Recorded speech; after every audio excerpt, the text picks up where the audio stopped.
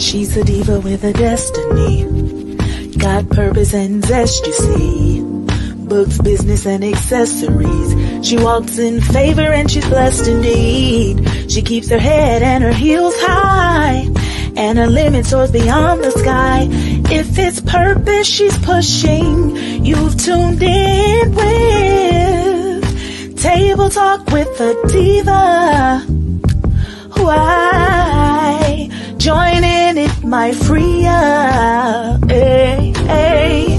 And if you're feeling down, come in. The enemy he's trapped won't win. For God has given you vision, and in the end you shall win. Hey. Table Talk with a Diva. Why? Join in, it might free ya. Hey, hey. And if you're feeling down, come in. Why? Join in, it might free up. Hey, hey. And if you're feeling down, come in. The enemy just won't win. But God has given you vision, and in the end you shall win. Hey. Well, great evening, and welcome to Table Talk with a Diva.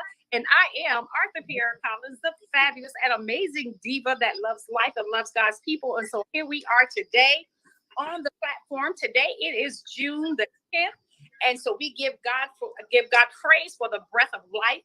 We are excited. I have 4 amazing men of God, mighty men of valor. I am so excited for the opportunity just to chat with these men. And thank you guys for just saying yes to Table Talk, yes to pouring into another individual, man, woman, boy, girl, whomever this is for. Whoever hears it is supposed to get it, and nevertheless they can catch the replay if they miss this episode. So I want you all right now to please grab your chairs, pull up a seat at the table with the Diva, because I have mighty men of valor. They are ready to share and pour into each one of you that are listening. So if you have a brother, a husband, a fiance, a boo thing, Pookie, any of them in your corner, in your view, tell them to get on, because Table Talk with the Diva is going down. And I have men that are boasting and proud to be fathers or soon to be fathers. We are excited because men is so important, especially in the season that we're in. Your voices are so valuable. So if nobody hadn't told you, the Diva is telling you your voice is valuable. I appreciate you. I have 4 brothers, and one being my oldest brother who is on the platform. And so I'm truly honored. But men are important. My daddy was an amazing man of God that lived almost 87 years this past April. And so he went home to be with God. But I know real men, not the other men, but I know real men. I know real men that, that is truly who God has called them to be. So we are going to get started, but definitely I'm going to start always. We'll start with an icebreaker. So I tell you what, let's introduce each one of you first. And once we do that, then we will do an icebreaker so I can get into the first name. And everybody's not trying to wonder who is who, but your name is up underneath. So we're good. So first of all, I'm going to start to my right, Mr. Singletary, if you would do the honors and start by introducing yourself and just give a quick little something about who John Singletary is. Awesome. You made me put me on the hot seat. No, I'm John Singletary. I am the host of the Help Myself podcast. I'm an author. My first book is The Journey from Fear to Abundant Faith. And I'm a 22-year Air Force vet. But most importantly, I am your nephew, LJ's father. He is my heart and my everything. So that's something special about me, is the privilege and honor to be his father. I love it. All right, Mr. Jordan, we got you. Awesome. I am so delighted, ignited, and excited not to be in the hot seat first, but to be second to follow up. My name is Jordan Green Ellis. I'm an award-winning inspirational speaker, educational consultant, and author. I teach families how to go to college without student loan debt, because debt doesn't have to be a part of their destiny. And all that's cool and it's important. But most importantly, I am a husband to my beautiful wife, Juanita Green Ellis. And also, I am a man of God as well. I serve the Lord. I'm a minister of the gospel of Jesus Christ. And that's just a little snippet about me. I'm honored to be here. I'm honored to be amongst great men that I know love the Lord, and amongst an amazing host and author, Miss Collins, who also loves the Lord. I sensed the presence of God when you started praying. I almost got caught up at the beginning. I almost didn't make the show. So I'm just glad to be here and be with you guys. Thank you again. Oh, I'm so honored. Thank you so much, so much. So thank you for sharing that, because I didn't know you were a minister. So my apologies for that. It's all good. I'm not one of those types of guys. I know you love the Lord. All right. And Chaston Speaks. Tell them who you are. Hey, what's up, everybody? To God be the glory. I'm Chaston Burns. I am a man of God, father of 2, got 1 on the way, due in July. So y'all pray for me. I have 3 boys. So pray for me. But I take it as an honor that God has blessed me with 3 boys. I know that there's something in the seed and something that has to be regenerated. And so pray for me, and I thank God for that. I'm a husband to my beautiful wife, Tyra Burns. I'm a life coach. I'm also a character coach. I've been character coach for Fellowship of Christian Athletes for 7 years.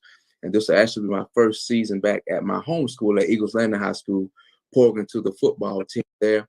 And so I'm just glad to be with you all. Thank you, Miss P, for reaching out. Just excited to see what God is going to say and ignite amongst us. I love it. I love it. Oh my God, y'all are getting me worked up. I'm not going to tear up. I'll hold it to the end. All right. Last but not least, my eldest brother, Randy Washington. Introduce yourself, Big Bubba. Thank you. Thank you. First, let me just express my sincere appreciation for the invite to be on your show. As we talked a couple of days ago, and I said to you that I was really moved and just so proud of you and what you're doing. So thank you. Also, I am honored to be on this platform with 3 other distinguished, like-minded gentlemen and brothers. I am so thankful to see yourselves, men, brothers, that who are standing in the gap and leading the charge for our families. I'm Randolph Washington. I'm the oldest of 8 children born to James and Queen Esther Washington. I'm a husband. We'll celebrate, God willing, 41 years with my high school sweetheart. Awesome. Bride for nearly 41 years. I'm also the father, and that's one of my greatest honors, is being a husband and father of 2 adult children. We have a 39-year-old who is serving abroad, and she's not in the military. And we also have a 32-year-old who is serving in the United States Army. I'm also a retired U.S. Army veteran, and was delighted to serve the nation, because sometimes people don't think that brothers of color are patriotic and care about our country, but that's not the case.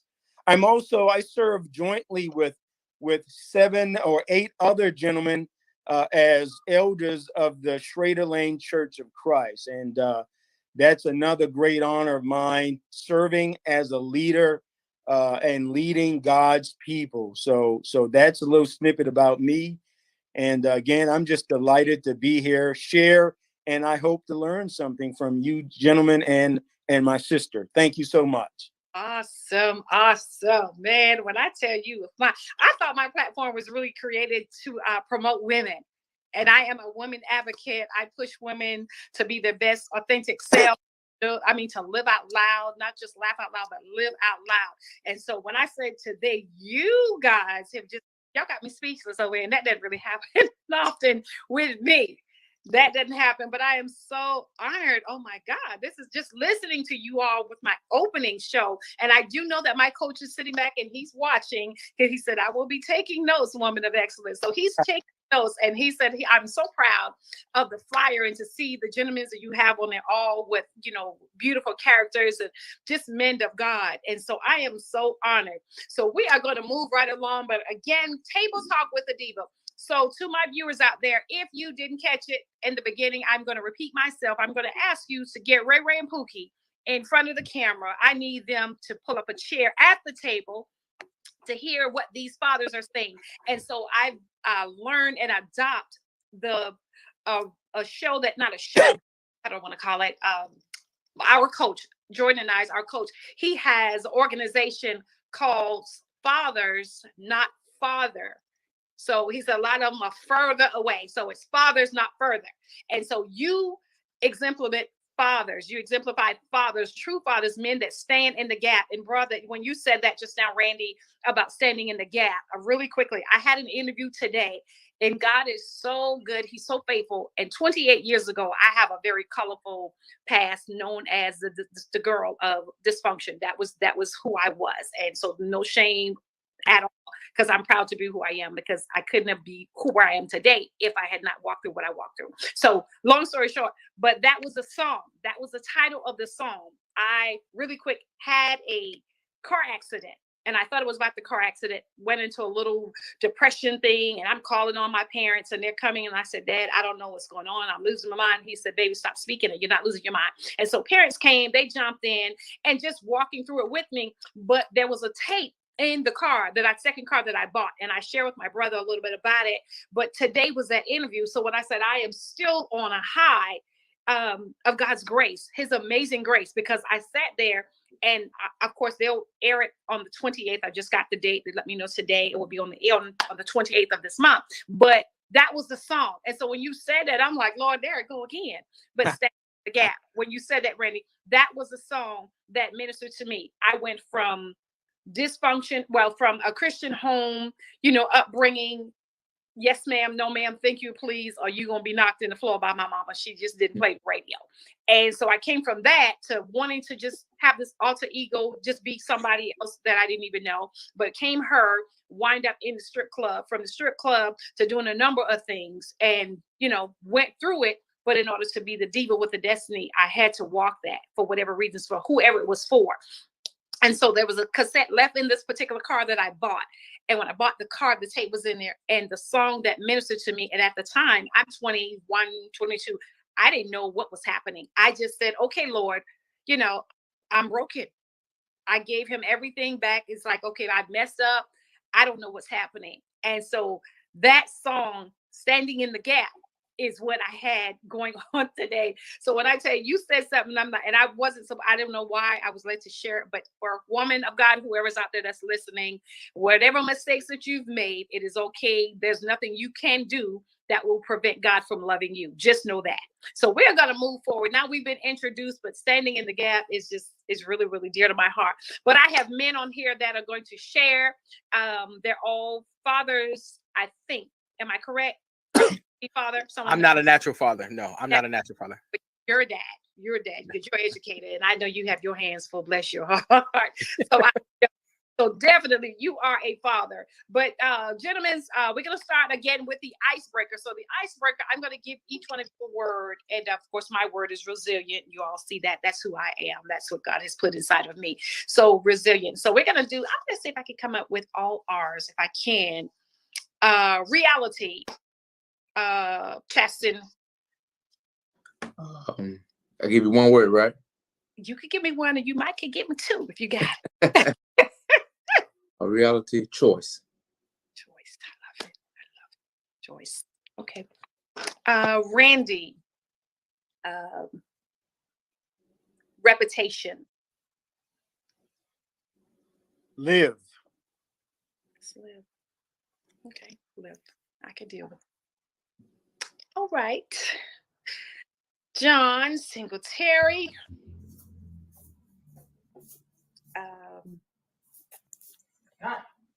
Realistic. Oh, realistic. Authentic. My word. You already knew that. And Jordan. I know Jordan's gonna come for me. Educator.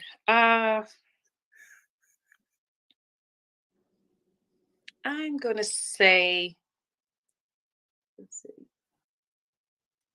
give me an R. Regal. My initial thought was, give me a word that I know.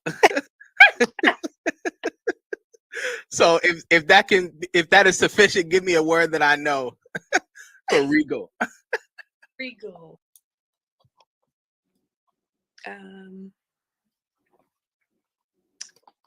Well, I'll say raw. I'll give Raw.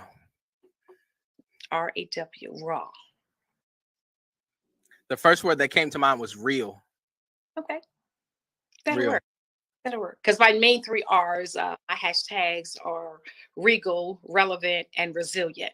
Mm. That because I figured John would probably know, and definitely you. So I said, well, I won't do that. But okay, guys, well, you were ready for me. So that's what I like. I like a man that's always ready at the drop of a dime. And you guys gave me that. So I appreciate that. So we are going to move right along now that we know who you are, a little bit of who you are and your purpose for what you do. And so let's talk really quick. Definitely, there's always a stigma that real men don't cry. So we want to talk a little bit about that and just being a father. So as a father, do you agree or disagree?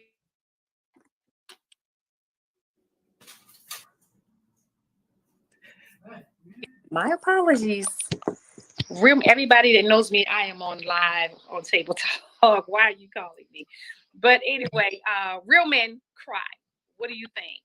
What's your take on that? Each one of you. Ain't nobody in this room gonna disagree with that. Yeah. I don't know. Well, one of the things you said, you one of the words that you presented, I believe one was reality, was it? Mm-hmm. Well, if you are a father and you're living life, you're alive, you will cry, whether you admit it or not, because there are sometimes you will, as a father or a parent, a husband, you're going to shed tears of joy, and you're going to shed tears of sorrow. You're gonna shed tears when you see your child achieve when everybody else was telling them they would not achieve, and you've been pumping and pouring into them to convince them of their innate greatness. And when you see them achieve, that's going to bring tears to your eyes. I believe it's Jordan who said that.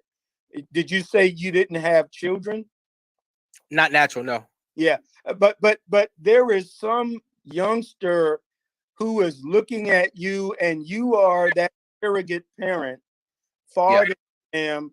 I guarantee you, even those guys at times will bring tears to your eyes, or when they do things that is totally against everything you've been trying to teach and instill, and they break your heart. You will cry. So that's my reality. That's life, and that's what we live. Okay, we agree. So everybody agrees. Mm-hmm. Okay. Mm-hmm. Hear that? It's like, oh, real men don't cry, and I've heard. Lord, that's going to be one of my questions, because he said, "Suck it up and shut up with all that crying. You ain't no woman. You ain't a little girl. Stop doing that." And I just looked at him and was like, dude, you need to get your life all the way together. Because the baby had to have been about 6 years old. And I don't know what he was crying about, but it didn't matter. But just the fact that, he really believed that. And he's telling him, shut your mouth. Stop crying. You're not a girl. It's like, okay. But anyway, so I said that was something, and it bothered me to the degree. So I said, Lord, that's something I'm going to ask every man on the platform the month of June. Do you believe that real men cry? Yes, he's a little boy, but he's letting him know you can't be a real man or grow up to be a man because you saw there crying and whatever he's crying about. But it just kind of, it was a little disturbing. So what are some things and some values that you like to share with the men? Because I don't just want to ask questions. I like conversation. So I don't like to really call it an interview. I just say it's a conversation. So I may say something, or you're going to say something that'll lead me to ask you something else. I don't sit down and write down 10 questions and just ask, and you just wait. I like the engagement. I want conversation. I want you to be able to deposit, something that you're led as a man of God, just a man, that has some experience in these areas that could really, really bless someone's life. And so that's why I believe that you're here. So, Justin, as a father of soon to be 3, what are things that you've learned in your journey thus far? Well, I just piggyback on when you were talking about real men. One of the first things that came to mind, I remember when God was doing my life like this. You know, he was turning me, and in the turn, he had to break me. And I realized that one of the indications that he was breaking me was I had to cry, and it was a cry of, it was joy, but it was a cry of God was pulling me out of the darkness. He was pulling me out of misunderstanding. He was pulling me out of confusion and bringing me into light. And so I realized that crying as a man, even before I was a father, you know, growing up, I never seen my father really cry. But making the decision to go after God and allowing him to lead me and totally putting my life in his hands, that was one of the first things he did. And I just remember when I began to cry, how I just looked up and said, God, you know, as a man, I was just like, you the only man that can make me feel like this, you know. And I always replay those moments, that moment when I was crying and crying out to God, because he was cleaning me out. And so I understand now that when you ask that question, that crying, every man is going to have to come to a place where you cry, because that's where God begins to bring you into purpose. And when he begins to align you, it's going to bring you to a place of humility and bowing down to him, to where you just going to have to yield. If you really want God to take you where he's been showing you you can go and where you desire to be, there are going to be some times you're going to cry, because you're going to go into a season or a wilderness where you're not going to understand anything. You're just going to have to totally trust on and call on him. And in the midst of that calling, you just got to cry. Yeah, I love that. I wanted to just jump in really quickly and share the same sentiment of what crying really is and how it's significant to the man, right? The Bible talks about the strong man being the head of the household. And as the strong man, knowing your responsibility in the spirit and in the natural, what you're responsible for, that's what it means to be the head of the household, not a dictator, not a misogynist, not you do what I say.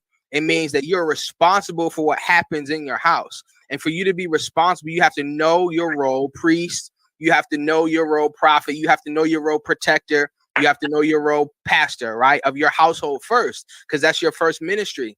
And what that requires before you even understand all of that is a yield, is a yes, is a willing heart. And what that means, right, because we speak churchanese, right? We've been in church for a long time and we know what it means. I say yes to the Lord, right? But what it means is you're saying no to what you want. That's right. And when you say no to what you want, that may cause you to cry because you can't have what you want. You have to yield. You have to give your yes, and that will bring you down to your knees, because you can't live a life that's self-serving. That's not the way that God calls us to live. I know that we have like this modern day Christianity where it's like we can just pray and snap our fingers and things just happen. No, God has a plan. And if you want to be safe, my suggestion, my admonishment is to you to yield to that plan. But it requires you to give up your yes. It requires you to give your yes and give up the things that you so desire. Not to say that God won't give you what you desire, but he's going to give you desires that are pleasing to him, if that makes sense. Not that he will give us every single thing that he wants. He's going to give us new desires that are pleasing to him. And that's going to be what fulfills us in our hearts. And it will cause you to say yes. If you understand that you're responsible for everything that goes on in your house and your kids acting up, and you and your wife not on the same page, God's going to look at you. He's looking at you first. And that may cause you to cry. Look at Job, that righteous suffering. Job was a righteous man. Perfect, the Bible says. Not flawless, but in the eyes of God. And so when you're living a life that's pleasing to God, you're subject to any temptation. You're subject to the test. You're subject to what God will have for you. And so that will cause you to cry. And I think that you're doing yourself a disservice to think that you can handle it on your own and you can just be a tough guy. No such thing. No such thing. Wow. Powerful. Okay, y'all on fire. Y'all got my platform is smoking over here. Oh my God. Somebody get extinguisher. Come on now.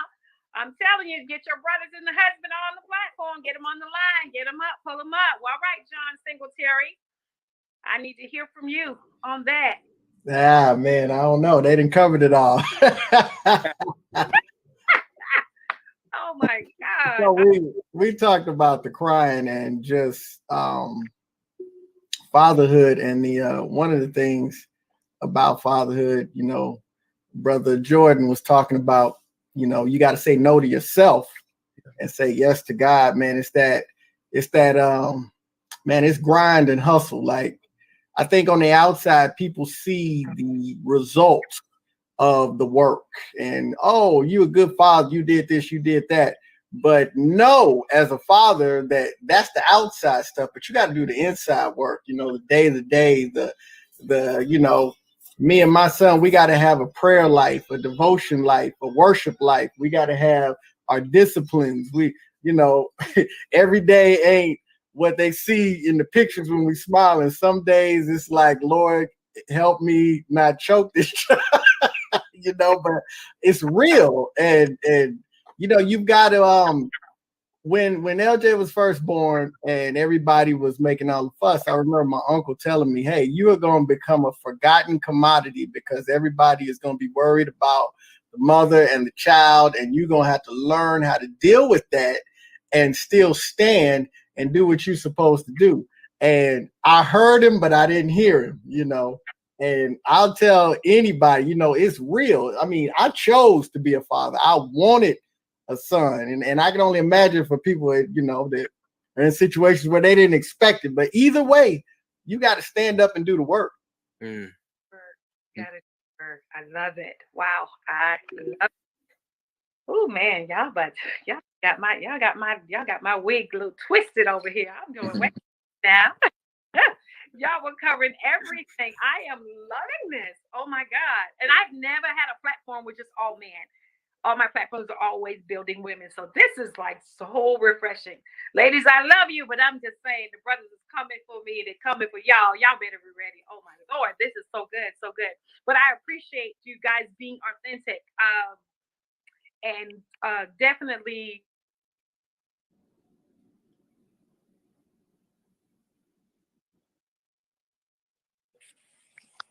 oh my goodness. My apologies. I don't know. They forgot it's Thursday. And they not on table talk because if they paying attention, they would know where I am. You're in high commodity. People try to do things. Bless God be all the glory. Hey. Oh my Lord. And I know they're trying to figure out, oh girl, how did it go? It went well. God was pleased. He was pleased. But back to the show at Table Talk here. So Randy, you've been a father, I think the longest, 40. Well, no, Dominique is 39. Yes. So it's almost 40 years. Man, is there anything, and I only say that, because I know those are my nieces and my nephew also, like LJ, but is there something that you wish you could have done differently at any point in the journey and fatherhood? As I reflect and look back, there were always, I think, things that we would say, if I could do this differently, I would do this differently. And Stephanie and I often have those kinds of conversations. And one of the things that I'm thankful that she reminds me of this, she says something like this. She says, well, if anything was different, we wouldn't be or have the results we have now. So it's always difficult to say what I would do differently. I do know this, and I think our children know this, and I think it is important for parents to recognize this, that our children know that we're not perfect. But what they do expect, their expectations of us is to love them unconditionally, to give them barriers and hold them accountable, and they expect us to be the adults in the room. And I think on all of those fronts, we have done that. Someone mentioned earlier about being the priest, the spiritual leader. I also often say and to our children and of them, if they don't go to heaven, it's not because of my fault or their mothers, because I know without question, we've taught them. They have seen us modeled the right kinds of things before them. So that's kind of where I am. But I think because I want perfection, I often ask, what would I do differently? And the truth, honestly, I don't know. I really don't know. We have conversations with them collectively and individually, and I will say to them, tell me, what do you think about your childhood growing up? And sometimes they say, oh, Dad, you were strict. We were always on lockdown. I said, yeah, you know why you were on lockdown? Because I didn't want what's happening to some of our young brothers to happen to you all. It was simply because I loved you, and I just didn't want that to be your fate. Sometimes they will say to us, Mom, Dad, I'm thankful that you were our parents. And when I hear that, that makes the difference. Oh, but so anyway, that's a long answer to a short question. I agree because even with your nieces at times, and just I know it hadn't been a month. LaVasia called and something was going on in Statesboro.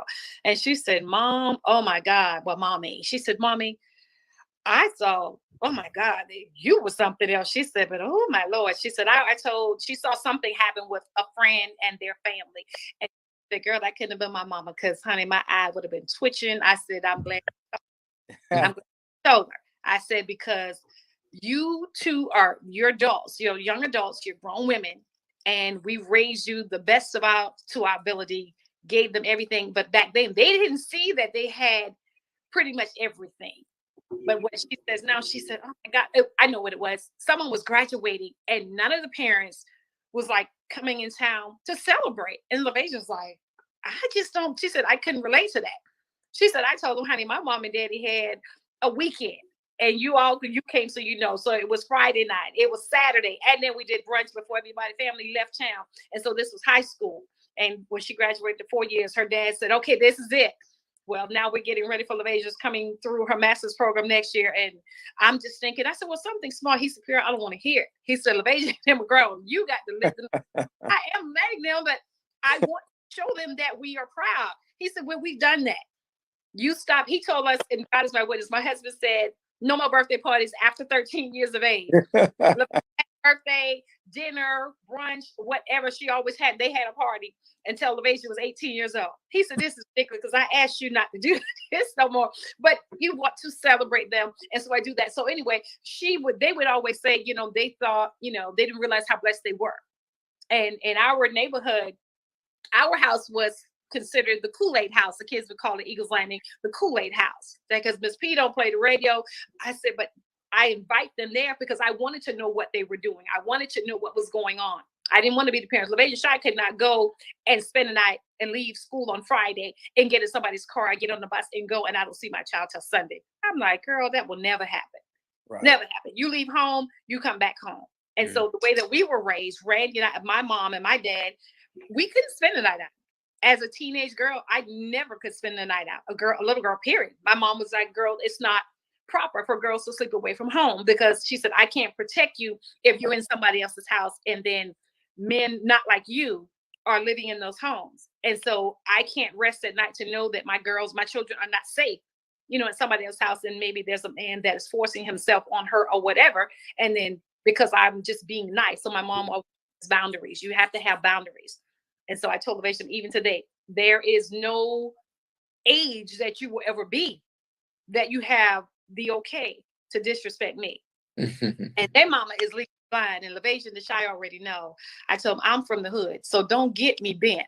I will forget that I birthed you if you come at me that way. So my girls already know. I love them and I got them and everything, but when you are wrong, I'm going to check you. When you're right, I'm going to applaud you. So we got boundaries over here, but how other folks live, that's them. But definitely, so if I could change it, a few, because I have a lot of tendencies like my mom. I have pretty much most of my mother's characteristics. And so sometimes I have to catch myself because I have to say, Lord, I'm acting like my mama. And I know times are different, but not to abuse, but just I'll handle it sometime a little bit different. And I will go back. And my mom would always say, I'm never too big to apologize. So do you apologize? So that will lead me, because last time, that's to say, this is, I say, our conversation will lead to something, but apologizing to your children or to your student and whatever. Jordan, what do you think about apology? I'm glad you let me go first, because I don't have natural children, but like how you mentioned before, I have worked in education for I won't say a long time, but a good amount of time, and I've become what they call me to be a second dad. So I have students who call me second dad. Awesome. And yes, I definitely apologize. I make that very, very clear. I don't believe that. Okay, I'll put it like this. Let me back up and say, it is my goal to always adhere to what the Spirit of God is doing in my life. And so me being in education, how I got to it was not my first option, wasn't my plan. And so me being there, just trying to be vigilant and understand what God is doing in my life. I know that I'm there not just to be a teacher. And it was apparent just being in the classroom. My classroom became like a safe haven for many, many students. And I started teaching in 2015. I still keep in contact with my first group of juniors, my first group of seniors. I taught high school. They call me second dad. And I believe that, like I said, I was intentional about not in the natural. I believe that I'm like a spiritual father to them. No, I'm not a pastor at this point in my life. No, I'm not technically a shepherd, but I do cover them in prayer. I do make sure that when they have questions regarding the scriptures or about their life and they need wise counsel, I serve in that role for them, and I take it serious because I know that I may be at this point the only not option, but an opportunity for them to be introduced to Christ in a different way. And so I think apology is necessary. I make that very, very clear, because just coming from, I mean, we all look the same. We, you know, a lot of times in our communities, right, that's not a real thing, right? There's this running joke that's going on social media. It's like, this how Black parents apologize. They ask you after they get on you, they ask you, are you hungry? do you want to go to McDonald's? Right? Like, that's not a real apology. That's not real. And I'm not knocking anybody that's done that. Of course, we've all missed the mark every once in a while, but I think that it's extremely vital. It's extremely vital to be intentional about confessing your faults. First of all, it's biblical. Don't skip over that one. Don't skip over that one. Right? Confessing your faults, even correct me, I know the preachers are on here, not provoking your child to anger. Right? You can't just flex like that. And I think that it builds up your child, or builds up your mentee, or your second, or your surrogate children. In my case, it builds them up in such a way to where they will come to you willingly broken, so that you can help mold them back together. So apologizing is absolutely, unequivocally, let me tap the mic, make sure y'all hear me. I said absolutely, unequivocally necessary. And I'm done talking. See that. That's good. That's good. Yeah. So John, your take on that. And one thing about with John, LJ, my nephew is artistic. He is such a handsome and a smart young man, and full of life. So I don't know how you have to explain. You're kind of going in and out, but I'm gonna jump in anyway. What he said, or is it that way? But no, absolutely. I apologize all the time. You know, relationship. I'm not in the business of a dictatorship. Me and my son, we have a relationship, and although I'm a father, I have a responsibility, and that responsibility isn't to lord over him, but is to help him discover the gift that's been put inside of him. You know, it says, teach a child up in the way in which it should go. But when you break that down, what it's saying is that they come packaged with gifts, with a personality, with everything that God put in them. So our job is to help them to discover what's already working within them. It's not to create or mold them in the way we see fit, because God already knew what he was doing when he blessed us with them. So apologize, absolutely. That's good. Recognizing the way that I was raised, my mom, my grandmother, and the women in my life, there wasn't a lot of strong males in my in my life, but they did the best they knew how to do. And so you honor that and you respect that. But as you get more knowledge and more information, you recognize that just because mama did it or big mama did it doesn't mean that it was right. And so apologizing is necessary, having conversations. Why do we do this? Why do I want you to do this? Why do I not want you to act like this in public, so forth and so on? We have conversations about it. And, I look for understanding in that. And like you said, he's autistic, he's nonverbal, but he gets it. And, that we can have that connection. And a major part of that connection is the language of apology, that I was wrong and I recognize that and I acknowledge it to you and I come to you and I ask you to help me bridge this gap that I created because I was wrong. So definitely apologize. That's so good. Absolutely. Excellent. Yeah. Hey, Mr. Chaston that always speaks. What's up? Because you have little hands, but they're absorbing like sponges. So I know you have something for that. Yeah, I was just thinking that was one thing God was had already been dealing with me in my marriage about, when I am wrong, to make sure that I do apologize. And I feel like that if we had more, if we saw that in more men within our home, a lot of men wouldn't be so prideful. And we understand that the Bible says that God exalts the humble, but he opposes the proud. And so I feel like when we come to that place where we can lower ourselves and apologize, and, it's just something in my mind, though my sons are just 3 and 2, I want them to see me when I am wrong, that I can humble myself and go to my wife or whomever I hurt and apologize to them, because it shows them that the best way to go is the humble route, because after a while, God is going to exalt you. And so I feel like if we have more of that in the home, it'll destroy that pride thing that a lot of men have going on. And just to be real, that's why a lot of men, the marriages don't work and the chemistry is not in the home, because they're very prideful and will never apologize to their wife. But I feel like that's something that God does in order to grow you to be that father, to be that unique husband. You have to be able to apologize and humble yourself so that God can exalt you. Yes. Well said. Yes. Absolutely. Y'all are something else. Oh, wow.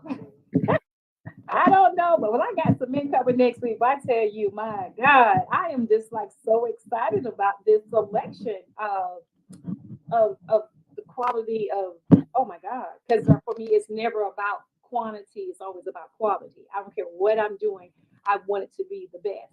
And so I push excellence. Yes, I still miss the mark. I make mistakes. I don't always get it right. But the thing about me is I keep pushing because I expect and I try to deliver with excellence. And you guys, is this, and I'm just serious. I am like really, really overjoyed. I can't wait. And when the show ends, I go back and I sit for like an hour and I kind of sob and watch and listen to it, because I hear it, but I can't get it all until I can go back and just watch it. So you are really, all for you, really, really blessing me this evening. So my hat's off to you. So as we're going to be coming a little to the close, I want to each one of you to maybe give, you can say something, a tip, a nugget, whatever you want to call it, that you could leave with a father that might be struggling with, I don't want to, because I don't like to say bad. I don't believe in bad. I always, even my godson is soon to be 9 and he's busy. So I try to say busy and not bad. I try not to speak something into his life because the enemy is always listening. So that may be challenging, having a challenging time with their sons, even their daughters, because, it gets a little rocky when they get to be a teenager because they're crazy always about daddy. But then when they become a teenager, it's like, that kind of thing. And then it kind of comes back around by the time they get in their early 20s is what we've experienced. And so maybe you can leave a nugget for, and I just said as a parent, not even just the man, but definitely this is about men. So I'll say a father that may be having some challenges with their son, something that you can leave to kind of keep him hopeful because if we don't have hope, we have nothing at all. So it's important to be hopeful and to have something to look forward to. And so they might be in a dark place right now. And I would just ask that you maybe share something with them before we bring this evening to a close, because you guys have really done it. And I am so elated that you're on the platform. So, John. Put me on the spot first. Again, I see what you're doing. I see you. I see you. I'm ready this time. I'm ready this time. I would definitely say to fathers that, I mean, let's just be honest. Fatherhood isn't easy, and don't expect it to be. But to fathers that are feeling that challenge, I think we all do. So let me not say that like, oh, some of us got it, and then the others, we all feel it. It's a day-to-day grind. But I would say to walk in the authenticity of masculine energy and your purpose. It's powerful. Sometimes we try to portray what manhood looks like, but just be, the power of, so we used to go and volunteer at a middle school, and, I went with a buddy of mine, and, it was a lot of guys from the Air Force Base, but they recognized me because, I was a black man that came in there, and, that kind of resonated with them. But, they were a little unruly, but, we didn't go in there like, hey, I'm going to smack you down. I'm in the military, some order. I just kind of vibed with them, gave them opportunities to just talk about what they wanted to talk about. Whenever they had questions or whatever, I would just let them come up to me and we would have sincere talk. And I just carried myself in a certain way. And we did that for about 3 or 4 weeks. And the administrator started talking about how the behavior of these young men started to change. And it wasn't, I didn't come in there like a drill sergeant, hup, troop, I didn't do none of that. I just came in and I was just my authentic self. And I just rested in my natural masculinity, my natural malehood, my purpose, my authentic care for these young men. And it impacted that. And we need to do that in our homes as fathers. Just be your authentic self, show up, be present, be available, and not just physically, but be emotionally available, be spiritually available, be honest. And it'll be amazing to any father to see how powerful that is, not just for your children, but for the woman you are blessed to be with and have. I think I'm the only single dude here, so y'all pray for me, man, because, man, I don't like this single stuff. It's for the birds. Y'all pray for me, man. But, in all aspects of life, but it will definitely touch your children. So I would just say, man, rest in your masculine energy, your purpose, and your authenticity. Love it. Help Myself podcast. There you have it. That is Mr. John Singletary, the producer and host of the Help Myself podcast. So he's coming for you, and I'll be sharing some of his information as well. And also, John, give your social media for me. Well, we'll make it even easier. You can just go to www.thehelpmyselfpodcast.com. One-stop shop, all my social links to the book, everything right there.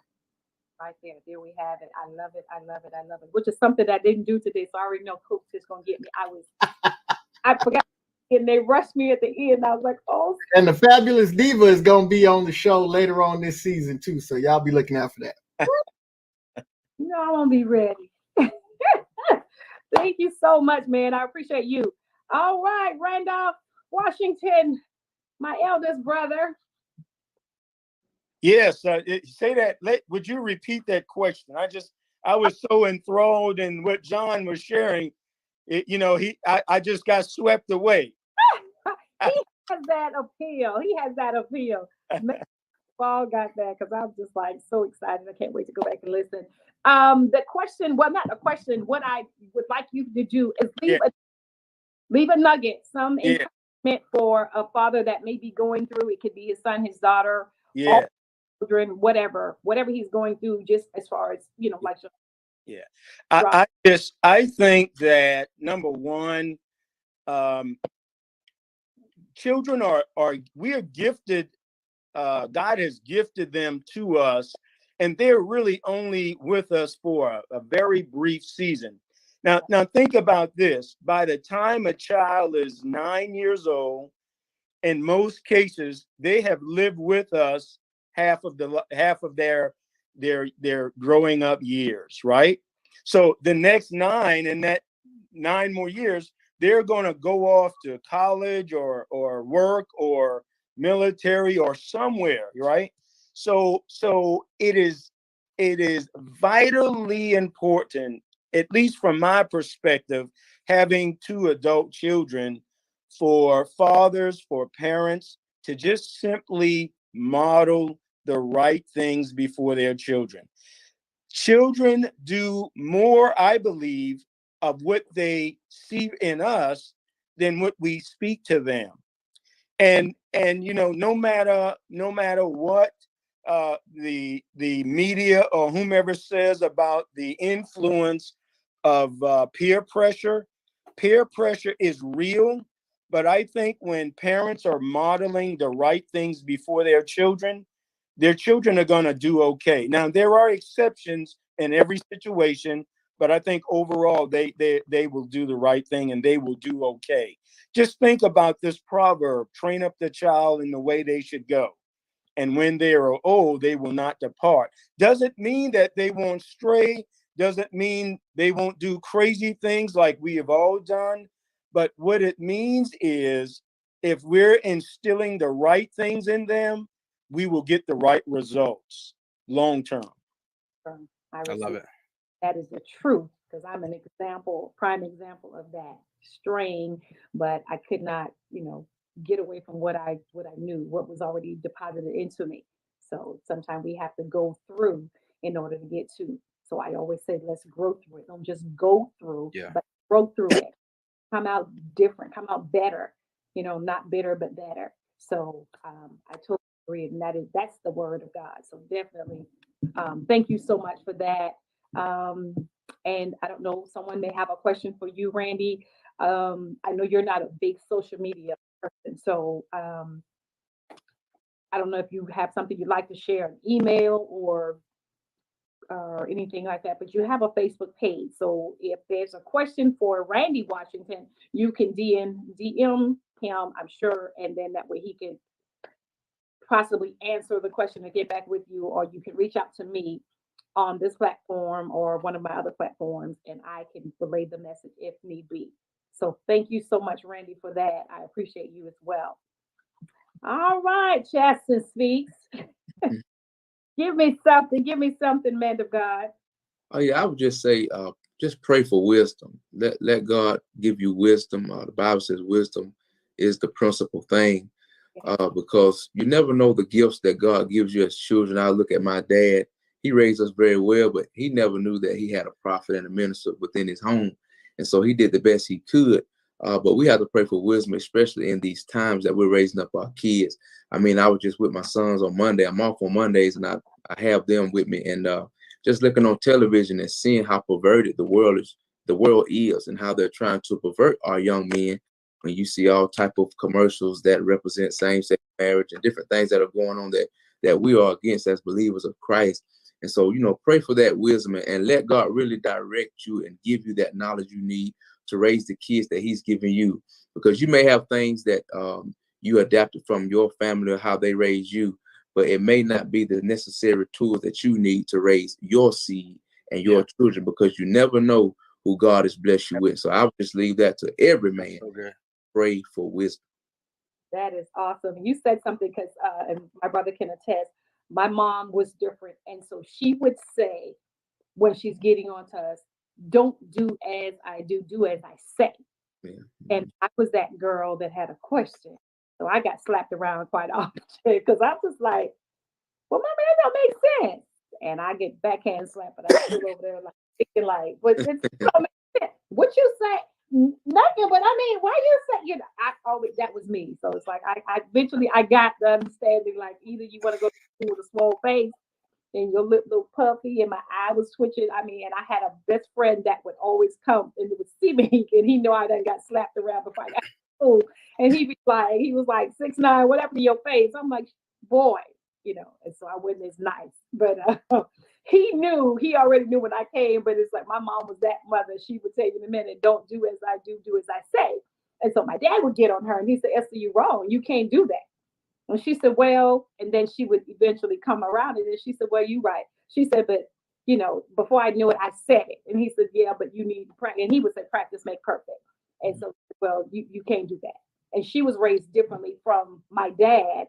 And so a lot of things that she was displaying for us is all that she knew.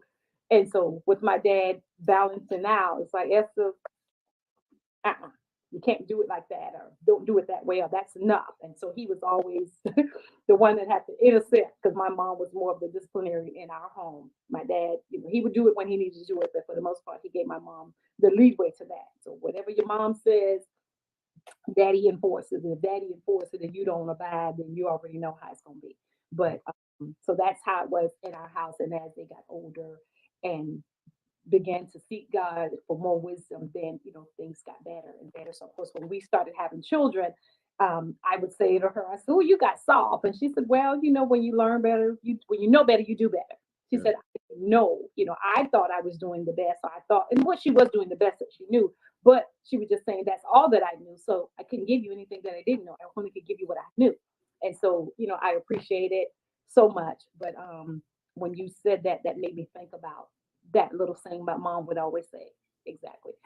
So, Mr. Green, what we talking? Give them some nuggets. I know you got a few. Definitely. I wanted to say first, man, that I'm really honored to be amongst such wise men. Like I've learned to close my mouth when I'm in the presence of wisdom. And I just want to say that I've gleaned so much not having any biological children of my own. And I want to thank you guys. First of all, there are a couple of things that came to my heart. The first is I wanted to share a personal experience. I graduated from college in 2015, and I had a friend who had children towards the end of our college experience.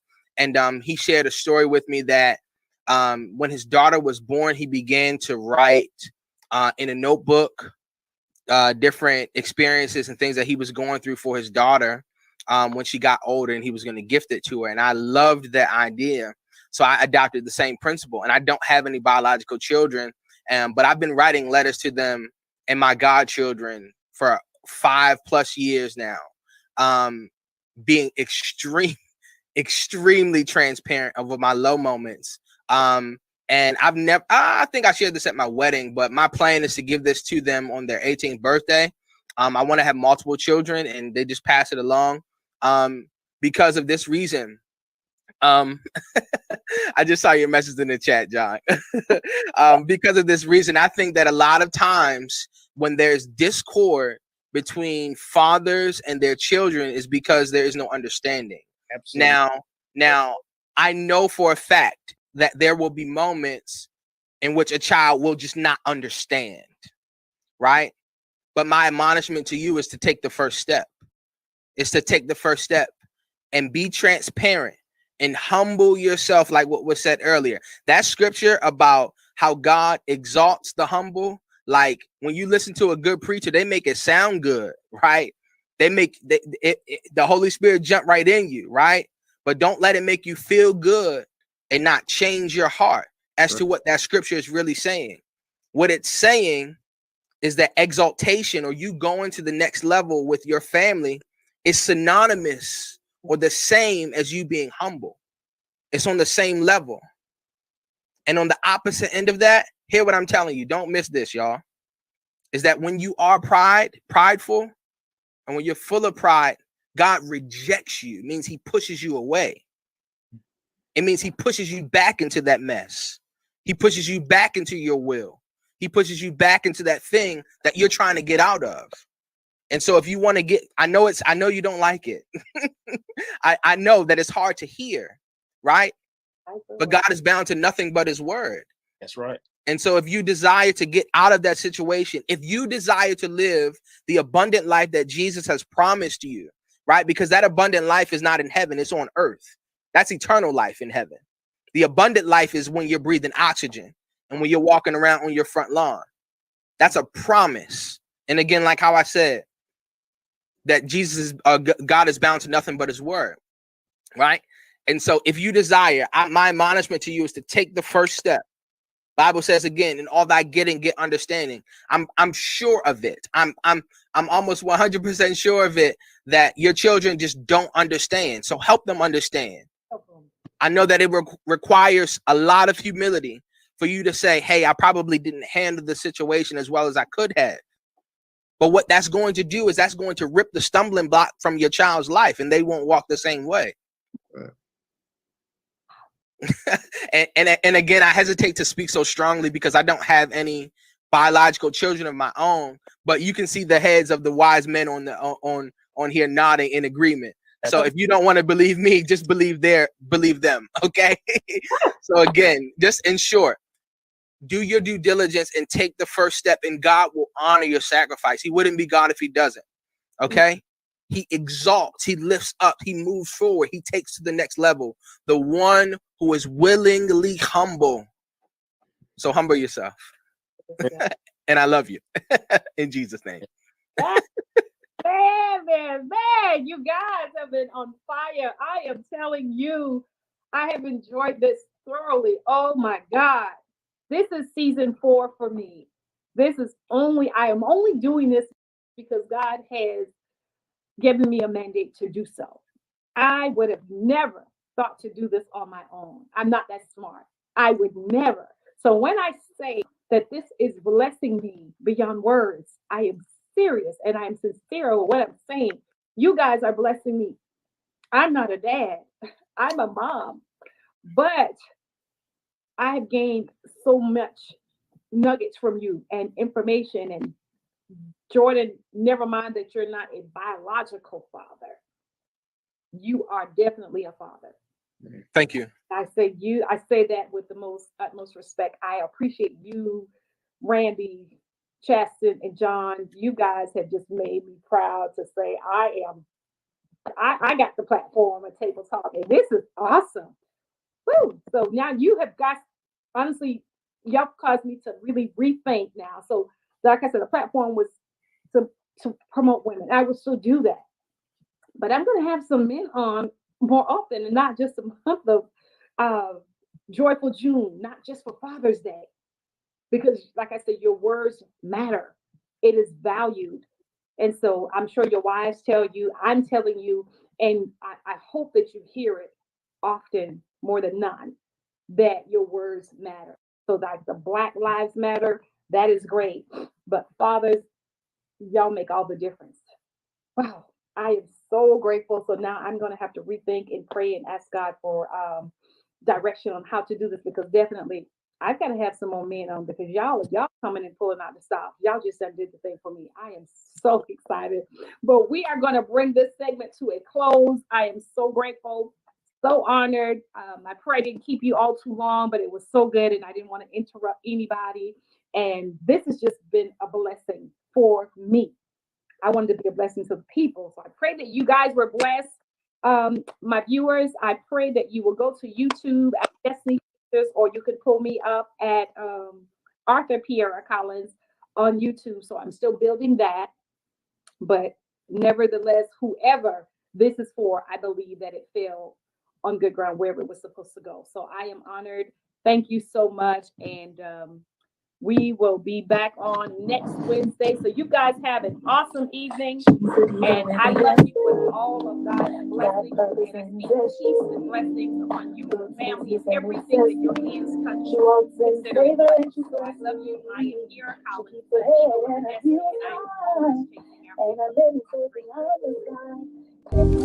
She's a diva with a destiny. Got purpose and zest, you see. Books, business, and accessories. She walks in favor and she's blessed indeed. She keeps her head and her heels high, and her limit soars beyond the sky. If it's purpose she's pushing, you've tuned in with Table Talk with a Diva. Why? Join in, it might free ya. Hey, hey. And if you're feeling down, come in. The enemy he's trapped won't win. But God has given you vision, and in the end you shall win. Table Talk with a Diva. Why? Joining it might free up. Hey, hey.